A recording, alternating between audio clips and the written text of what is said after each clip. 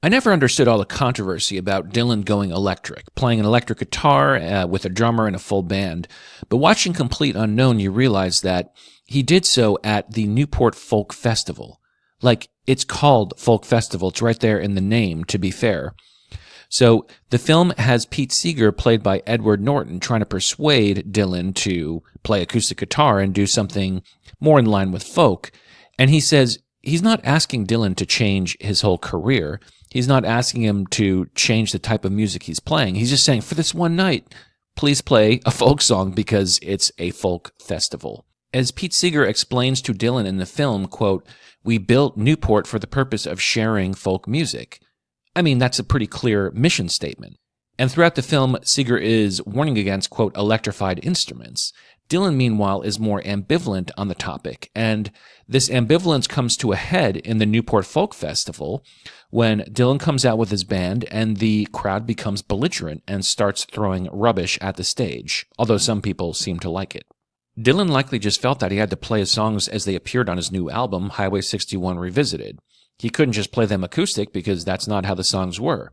But meanwhile, the crowd goes ballistic, and the organizers of the festival, Pete Seeger and other board members, are extremely upset and they want to shut down the performance.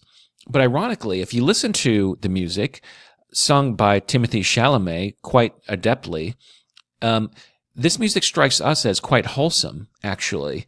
So it's funny to think that it struck the crowd as something sinister and somehow some newfangled innovation, because to us it sounds like just traditional kind of easy listening rock and roll.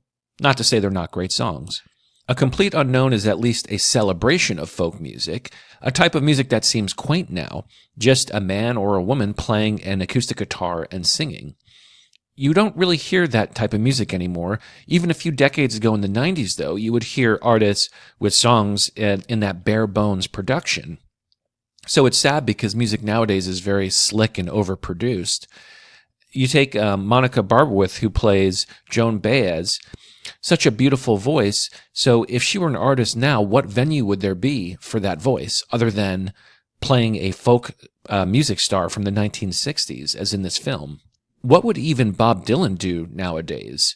What would a Bob Dylan do? Because there's apparently no market for meaningful music and lyrics, lyrics that would win Dylan the Nobel Prize for Literature. The film shows Dylan learning as an artist to reflect on his own particular time and culture, and not to sing about the Dust Bowl like Woody Guthrie just because that's what traditional folk songs are about. At the same time, Bob Dylan's music never sounded too preachy to me like other music from the 1960s. Yeah, he sung about change, but only in a vague kind of way, which could be applied to any generation. The times they are a-changing must have resonated in the 60s in particular with the anti-war movement and the civil rights movement, but pretty much you can say at any generation the times are a-changing. So I never put Bob Dylan in any particular political faction, and I think that's what makes him such a timeless artist and what makes his music so timeless. As I said, yes, it is in a particular context, the 1960s influenced by folk music, but in the end, it's Bob Dylan, a great artist, a great lyricist, and I think actually a great singer. Michael M. Vlog gives Complete Unknown an A+.